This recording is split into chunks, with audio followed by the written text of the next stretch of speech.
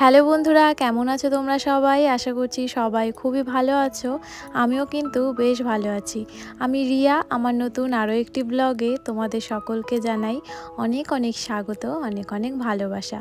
এখন বাজে সকাল 8টা, আর দেখতেই পাচ্ছ আজকে ঘুম থেকে ওঠার সাথে সাথেই কিন্তু বিছানাটা তুলে নিচ্ছি। আর প্রত্যেক দিন তো তোমাদের দাদাভাই শুয়ে থাকে, ও যতক্ষণ না ওঠে ততক্ষণে আর বিছানা ক্লিন করা হয় না। আর ও যখন ওঠে ততক্ষণে বাড়ির সমস্ত কাজবাজ, সকালে রান্নাবান্না, খাওয়া দাওয়া আমাদের কমপ্লিট হয়ে যায়। আর তোমাদের দাদাভাই তো সকালে কিছু খায় না, তো ওকে নিয়ে সকালবেলার খাওয়া দাওয়ার কোনো চাপ নেই। শাশুড়ি মা আর আমি দুজনেই খাওয়া দাওয়া করে নিই, তারপর গিয়ে বিছানাটা তুলি সবার শেষে। তো আজকে দেখো সেই কাজটা সবার ফার্স্টে করে নিচ্ছি, কারণ তোমাদের দাদাভাই গেছে কলকাতায়। আর ও এসেছে প্রায় 1 মাস 1 সপ্তাহ মতন হয়েছে। মেডিকেলের ডেট এসছে, মেডিকেল করতে যেতে হবে। তো আজকে গেল ওইখানে। তো কলকাতা থেকে অনেকটাই ভেতরে, জায়গাটার নাম না আমার ঠিক মনে পড়ছে না। আর এই যে ছুটিতে বাড়ি আসে, আর যখন চলে যাবে তার 1-1.5 মাস আগে আবার মেডিকেল করতে হয়, তো সেটা করতেই গেল। আর আমাদের গাড়ি করেই গেল। আর আমাদের গাড়িটা যেই ভাইটা দেখাশুনো করে তোমাদের দাদাভাই চলে যাওয়ার পরে, ওই ভাইটাই চালিয়ে নিয়ে গেল, কারণ অনেক দূরের রাস্তা তো। তাই তোমাদের দাদাভাই বলছে যে একা চালিয়ে যেতে কষ্ট হবে, তো ওই ভাইটাকে নিয়ে গেল। আর আস্তে আস্তে হয়তো অনেক রাত হয়ে যাবে, 9টা 9:30 বাজতে পারে। আর এইদিকে দেখো বিছানাটা তো ক্লিন করে নিলাম, এখন ওই যে চুলটা আঁচড়ে নেব, কারণ রাত্রেবেলা দুপাশে বেরুনি করে শুয়েছিলাম। আর এক দিদিভাই আমাকে কমেন্টে বলেছিল যে এইভাবে দুপাশে বেরুনি করে শুলে খুব কম চুল পড়ে, মানে যেহেতু আমার কোকড়া চুল তো অনেকটা জট বেঁধে যায়, তো ছাড়াতে গেলে না অনেক চুল পড়ে যায়। তো এইভাবে এই যে বাঁধলাম। এখন যখন আঁচড়াবো, এ দেখো একটু মানে চিরুনিতে চুল আসছে না। তো ওই দিদিভাইটার নাম এখন আমার মনে পড়ছে না। এর পরের ভিডিওতে দিদিভাইয়ের নামটা অবশ্যই মেনশন করব, কারণ ওনার কথায় এইভাবে আমি প্রত্যেক দিন দুপাশে বেনুনি করে শুই। আর সকালবেলা উঠে যখন মাথা আঁচড়াই, একদম আগের মতন চুল পড়ে না, 2-1টা পড়ে। আর আগে যেরকম চিরুনি ভরে যেত সেই রকম আর হয় না। আগে তো এই যে দেখছো যেইভাবে চুলটা মুড়িয়ে উপরে ক্লিপ মারলাম, এইভাবেই শুয়ে পড়তাম। এখন আর সেটা করি না, প্রত্যেক দিন আমি বেনুনি করেই ঘুমাই। তাতে করে চুল ওঠাটা না আমার অনেকটাই কমে গেছে। তো যাই হোক, দিদিভাইয়ের নামটা পরের ভিডিওতে অবশ্যই আমি বলবো। আর এখন এই যে দরজা জানলাগুলো সব কিছু একটু খুলে দিচ্ছি। আর আজকে না বাইরে একটু রোদ কম, ভিডিওটা দেখে অবশ্যই বুঝতে পারছো তোমরা, সেইভাবে কিন্তু বাইরে কড়া রোদ নেই, কেমন একটা মেঘলা মেঘলা ওয়েদার। এখন তো প্রায় মেঘলা ওয়েদারই থাকে, সকালবেলা সেরকম রোদ হয় না, ওই বেলা বাড়ে যখন তারপরে একটু হয়। আর শাশুড়ি মা তো ব্যায়াম থেকে বোধহয় চলে এসছে, এখন দুধ আনতে গেছে। তো এই যে বারান্দার জানলাগুলো একটু খুলে দিলাম, এখন চলে যাব ব্রাশ করতে আর হাত মুখটা ধুয়ে আসব। আমি হাত মুখ ধুয়ে ফ্রেশ হয়ে আস্তে আস্তে শাশুড়ি মা চলে আসবে। ওই 8:30টার দিকে না দুধ দোয়ায়, তো 8টার থেকে গিয়ে বসে থাকতে হয়, তাহলে সবার আগে নিয়ে আসতে পারে। তো ওই জন্য শাশুড়ি মা একটু আগে আগে গিয়েই বসে থাকে। আজকে সকালবেলায় তোমাদের দাদাভাইয়ের বেরোনোর কথা ছিল 5টায়, ওই জন্য ফোনে অ্যালার্ম লাগানো হয়েছিল 4:30 থেকে। আর ছেলে মানুষের তো বেশি সময় লাগে না, ওই জন্য আধা ঘন্টা আগেই অ্যালার্মটা সেট করা হয়েছিল। আর ওই 4:30 থেকে অ্যালার্ম বাজা শুরু করেছে, আমরা উঠতে উঠতে উঠেছি 4:45টার সময়। আর আগের দিন রাত্রেবেলায় না সমস্ত কাগজপত্র যা যা লাগবে ফাইলে করে রেডি করে রাখা হয়েছিল। আর যেই জামা প্যান্ট পরে যাবে সেটাও রেডি করা ছিল, ওই জন্য আর বেশি সময় লাগে না। আমাদের মেয়েরা হলে আমরা তো অনেকটাই লেট করে দিতাম, আর ও 5 মিনিটে রেডি হয়ে গেল। আর যেহেতু সকালবেলায় কিছু খায় না, ওই জন্য খাওয়া দাওয়ার তো কোনো চাপ নেই। তো দুজনে মিলে উঠে পড়েছিলাম, তো ও বেরিয়ে গেল, তারপর শুয়েছিলাম, তারপর অল্প অল্প ঘুম চলে আসছিল, তখনই আমি অ্যালার্ম লাগিয়ে রেখেছি 8টার সময়। আর একবার ঘুম ভেঙে গেলে তারপরে ঘুমালে না দেরি হয়ে যায় ঘুম থেকে উঠতে আমার, ওই জন্য অ্যালার্ম সেট করে রেখেছিলাম। এই যে 8টায় অ্যালার্ম বাজলো, অ্যালার্মের সাথে সাথে উঠে পড়লাম। আর তোমাদের দাদাভাইকে মেসেজ করলাম কোন অবধি পৌঁছালো, তো বলল যে কোথায় একটা নাম বললো, সেই জায়গায় পৌঁছেছে। আর ও তো সকালবেলা কিছু খায় না, তো আমি আর খাওয়ার কথা কিছু জিজ্ঞেস করলাম না। বললাম যে যেই ভাইটা গেছে ওকে একটু সকালবেলা টিফিন করিয়ে দিও। বললো হ্যাঁ, সে তো অবশ্যই, 10টা বাজুক তখন খাবো ক্ষণে গাড়ি দাঁড় করিয়ে। আর তোমাদের দাদাভাই কোথাও বেরোলে, বিশেষ করে গাড়িতে ট্রাভেল করলে বা নিজে চালালে, আমি কখনোই ফোন করি না ডাইরেক্ট। আমি একটা মেসেজ করে দিই, ও যখন ফ্রি হয় ঠিক মেসেজের রিপ্লাই দিয়ে দেয়। তোমাদের দাদাভাই বলে না, যেই হোক আমার রিলেটিভ বা আমার চেনা জানা, আমি যদি জানতে পারি যে ট্রাভেল করছে বা বাড়ি থেকে বেরোচ্ছে, অনেকটা দূরে যাবে, রাস্তাঘাটে, আমি কখনোই ফোন করি না। আমি একটা মেসেজ করে দিই, তার আগে বলে দিই বেরোনোর আগে যে আমি অবশ্যই মেসেজ করব, তার রিপ্লাইটা দিয়ে দিও।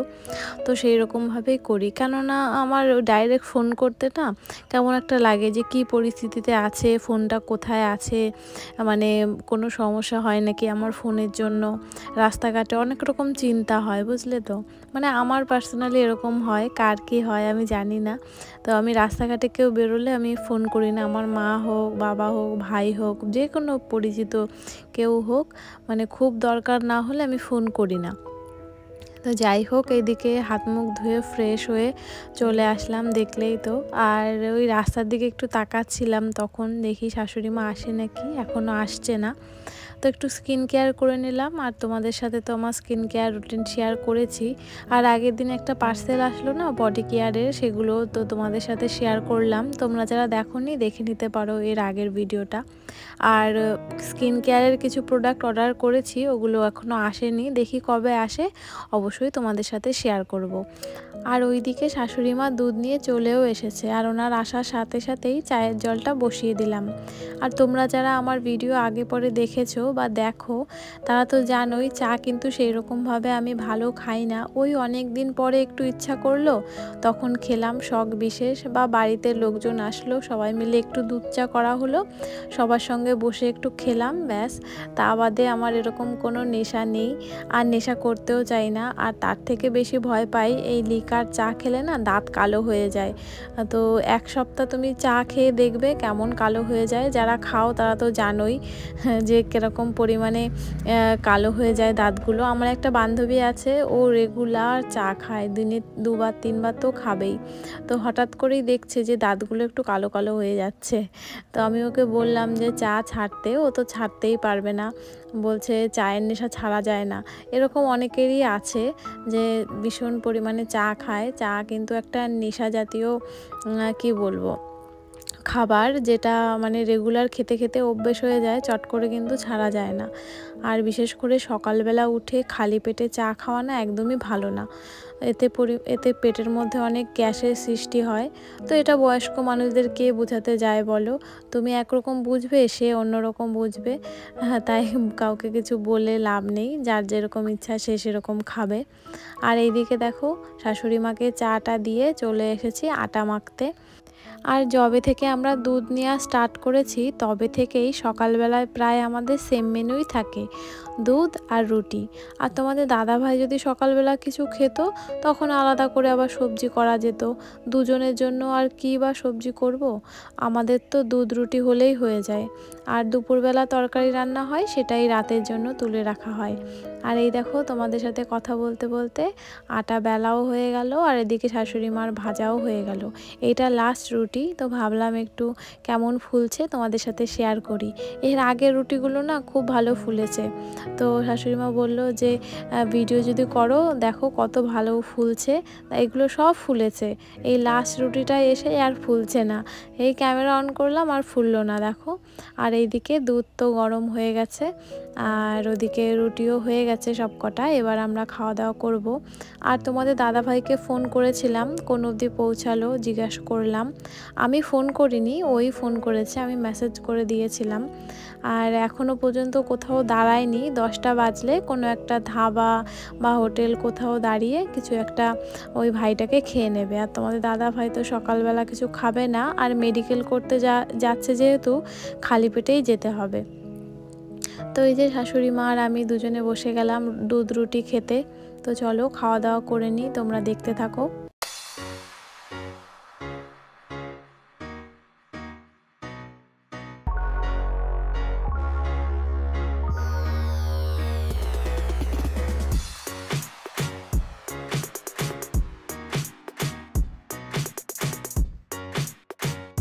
দুজনে গল্প করতে করতে সকালবেলার ব্রেকফাস্ট কমপ্লিট করে নিলাম।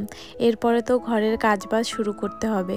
তোমরা যারা আমার ভিডিও রেগুলার দেখো তারা তো কম বেশি জানোই যে সকালবেলায় খাওয়া দাওয়ার পর্বটা কিন্তু আমরা আগে সেরে নিই, তারপরে বাদবাকি কাজ শুরু করি।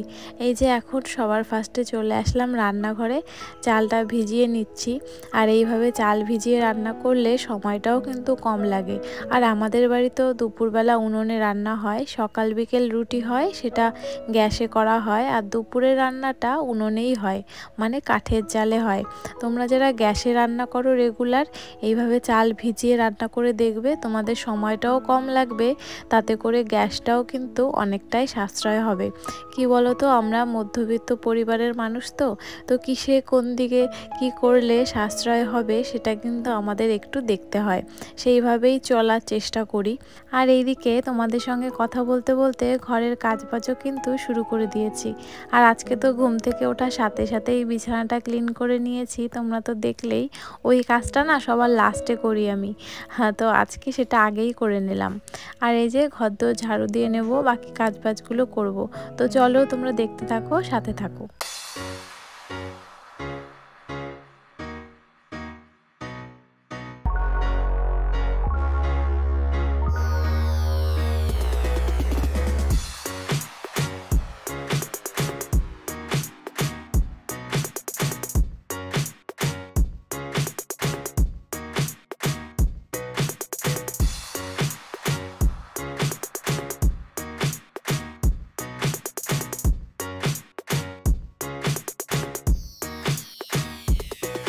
এই যে আমার হাতে যে বস্তাটা দেখছো, এই বস্তাটা আমি যতই ঝেড়ে ঝুড়ে পরিষ্কার করি, এমনকি সার্ফ দিয়ে ধুলেও এর থেকে পুরোপুরিভাবে ধুলো যেতেই চায় না। অথচ সেইভাবে আমাদের এটা ব্যবহার হয় না, ওই যে গেটের ওইখানে দিয়ে রাখি। আর বেশিরভাগ তো এই দরজাটা বন্ধই থাকে। এই সকালবেলা একটুখানি খুলি ঘরটা ঝাড় দিয়ে ধুলো ফেলানোর জন্য, আর একটু জল দিলাম দুয়ারে, তারপর ঘরে ঢুকে যাই। এই দরজা বন্ধই থাকে। আর আমরা বেশি ব্যবহার করি রান্নাঘরের দরজাটা, ওই দিক থেকেই যাতায়াত করি। এটা বেশিরভাগ সময় বন্ধই থাকে সারা দিনে। ওই সন্ধ্যাবেলা একটু খুলি, তারপর আবার বন্ধ করে দিই।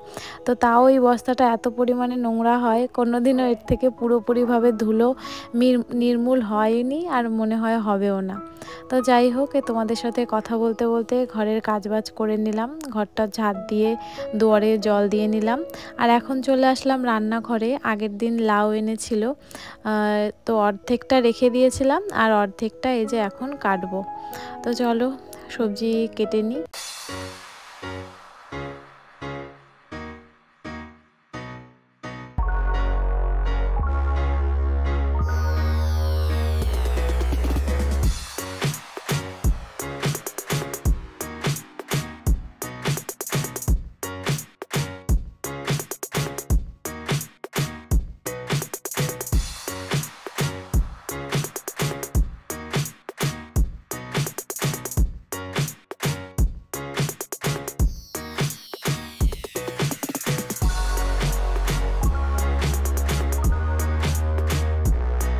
তো এদিকে সমস্ত সবজি কেটে নিয়েছি। আজকে কি কি রান্না হবে দেখো।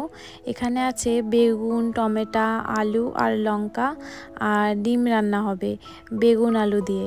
আর এখানে আছে লাউ, একদম কুচি কুচি করে কুচিয়ে নিয়েছি। লাউ ভাজা হবে সর্ষে দিয়ে। তো এই দুই রকমেরই মেনু আছে। আর আমাদের বাড়ি বেশিরভাগ তো দু রকমই হয়, একটা ভাজা থাকে, একটা তরকারি।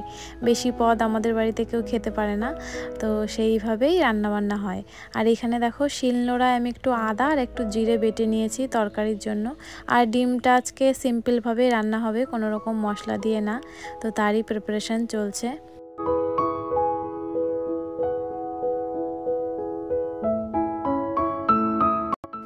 ঘরে সমস্ত কাজবাজ আমার কমপ্লিট হয়ে গেছে। এখন প্রায় 12:30 মতন বাজে, স্নান করে আসলাম। আর আমি প্রত্যেক দিন 12টা থেকে 12:30টার মধ্যেই স্নানটা কমপ্লিট করে নিই। আর তোমাদের দাদাভাই ফোন করেছিল, ওর মেডিকেল করা কমপ্লিট হয়ে গেছে, আর রিপোর্ট দেবে 4টে। তো এখন বাজে 12:30, তো 4টে পর্যন্ত ওয়েট করতে হবে, তারপরেই বাড়ি আসবে। আর এখন আমি একটু ফোনে এডিটিং করব, ভিডিওর কাজ বাকি রয়েছে। আর এখন তো খাওয়ার টাইম হয়নি, ওই 1:30টার দিকে খাবো। তো চলো আজকের ভিডিওটা আর বেশি বড় করছি না, এখানেই শেষ করছি। তোমরা যারা এত পর্যন্ত ভিডিওটা দেখলে তোমাদের অসংখ্য ধন্যবাদ। আবারও কালকে নতুন ভিডিওর সঙ্গে দেখা হচ্ছে। সবাই ভালো থেকো, সুস্থ থেকো, টাটা সবাইকে।